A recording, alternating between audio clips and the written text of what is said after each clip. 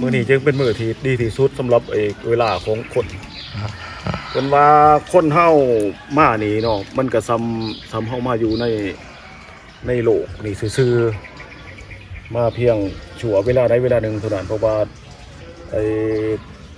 โลกมันก็พระเพิ่นว่าบ่มีหยังแน่นอนบ่มีหยังเที่ยงอนิจจังทุกขังอนัตตาเพิ่นนี่คำภาษิตผมบอกว่า4คนหาม3คนแห่1คนนางแข่2คนพาไป4คนหามนี่ก็คือจริงๆแล้วคนเฮาบ่มีตัวมีตนเนาะมีแต่คือธาตุทั้ง4มารวมกันณช่วงใดประเด็นเท่านั้นเมื่อมารวมกันแล้วก่อให้เกิดเป็นรูปเวทนาสัญญาสังขารวิญญาณนี่คือขันธ์5มีธาตุ4แล้วก็มีขันธ์5ขันธ์5คืออย่างไหนรูปก็คือรูปกายหลังจากที่ปฏิสนธิในครรภ์มารดาแล้วก็มีก่อให้เกิดเป็นรูปกายเป็นก้อนเนื้อเป็นแขนเป็นขาเป็นอย่างขึ้นมาเวทนาก็คือการหลับ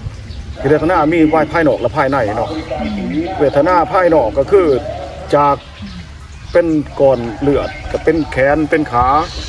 เป็นเด็กหน่อยขึ้นมาเป็นวัยผู้ใหญ่ก็คือมันบ่หยุดนิ่งเนาะมันก็เป็นวัยกลางคนแล้วก็เป็นผู้เฒ่าแล้วก็เสื่อมสลายไปก็คือเวทนาสัญญาก็คือการจำได้ใบลูกหูว่า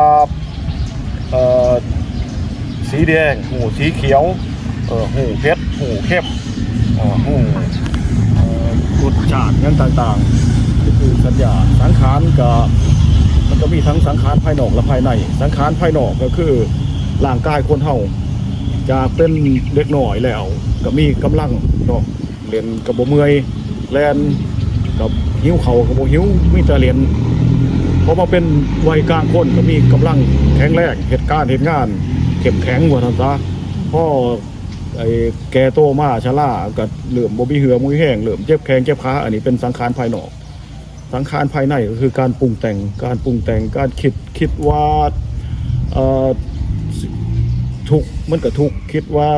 สุขมันก็สุขคิดไปเรื่อยๆปรุงแต่งไปเรื่อยเห็นนั่นเห็นนี่มันก็เลยเฮ็ดให้เป็นเกิดเป็นเวทนาก็คือความทุกข์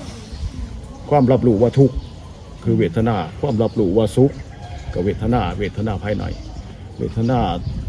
สัญญาสังขารแล้วก็วิญญาณนี่จิตนี่คือ4คนหามเพราะ3คนแฮนี่มัน3คนแฮก็คืออนิจจังทุกขังอนัตตาอนิจจังก็คือความบ่เที่ยงความบ่แน่นอนยังกับบ่เที่ยงยังกับบ่แน่นอนทุกมันก็มีมาข้าวหนึ่งมันก็หายไปมันก็กลับมาอีกมันบ่แน่นอนสุขคือกันสุขกับบ่แน่นอนสุขก็มีมาข้าวหนึ่งหรือมีหลายแล้วแต่สังขารมันสิปรุงแต่งแล้วแต่เวทนามันสิหลับเอามามันก็บ่มีหยังแน่นอนก็หายไปทุกสุขกับบ่แน่คือบ่มีหยังแน่นอนคืออนิจจังทุกขังคนเฮาทุกคนเกิดมาทุกเพราะว่าสิเป็นเด็กหน่อยก็ทุกผู้ใหญ่ก็ทุกผู้เฒ่าก็ทุกผู้มีเงินหลายก็ทุกผู้บ่มีก็ทุกเกิดมาทุกพระพุทธเจ้าเพิ่นว่าคนเฮาเกิดมาเอาทุกมานำทุกคือเงาตามตัวทุกขังอนัตตาก็คือจริงๆเราไม่ใช่ตัวตนไม่ใช่ตัวเราเพียงแต่เรามาอาศัยอยู่มาเช่าหลังกายมาเช่าถาที่ทั้งหายอยู่แล้วมือหนึ่งถาทั้ง4มันแยกจากกันคนเฮาก็สลายไปอันนี้คืออนัตตา3คนแห่อันนี้3คนแห่หมายถึงอนิจจังทุกขังอนัตตา1คนดังแค่ก็คือโตเฮาโตเราเขามาอยู่นี่เกิดมาปุ๊บนี่ซ้ำมาขาขายว่าในโลกนี่เฮาสิได้ยังไปแหน่คันได้กำไรก็หมายถึงเฮาอาจได้บุญได้พลาได้อดิสงส์ไปแล้วเกิดชาติใหม่ภพใหม่มันก็ไปเกิดในภพในชาติที่ดีมนุษย์โลกก็เกิดในตระกูลที่มั่งมีหรือเกิดในหม่องที่มีความพร้อมถ้าเกิดในมนุษย์โลกถ้าเกิดในพรหมโลกก็อาจจะเป็นเทวดาเป็นเท้าสักกะเทวราชพุ่นแหละถ้าอานิสงส์หลายอันนี้คือถ้าเฮาได้ไปหนึ่งคนนางแข่อันนี้คือหมายถึงว่าเฮามาแล้วบ้านเฮาสิได้ยังไปแหน่บ้านนี้ถ้าเฮาประกอบสิ่งที่บ่ดีบ่งาม สิ่งที่เฮาได้ไปเฮาก็ได้ไปรับใส่กรรมเนาะตกอยู่ในนรกเขาภูมิพุ่นแหละแล้วแต่ไผสิได้ไปก็นี่คือมานี่ซ้ำเฮามาค้าขายแหละมาเอาไปนี่คือ1คนนางแขก2คนพาไป2คนพาไปก็คือบาปกับบุญ บาปกับบุญสินำทางสี่ที่เฮาได้แหละในระหว่างที่เฮามา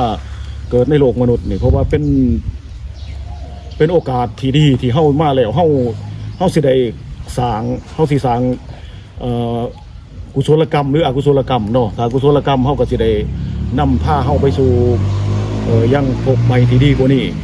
ถ้าเฮาได้อกุศลกรรมเนาะได้ยังไปเฮาก็ไปรับใส่นี่คือพระพุทธเจ้าเพิ่นว่าประมาณ4 คนหาม3 คนแห่1 คนนางแค่2 คนพาไปอันนี้คือมันเป็นสัจธรรมของสิ่งที่เกิดมาในโลกมันอยู่ที่ว่าเฮาสิเฮ็ดหยังแหน่ได้หยังแหน่ประมาณนั้นสั้น ครับผมทุกคนสาธุพร้อมกัน สา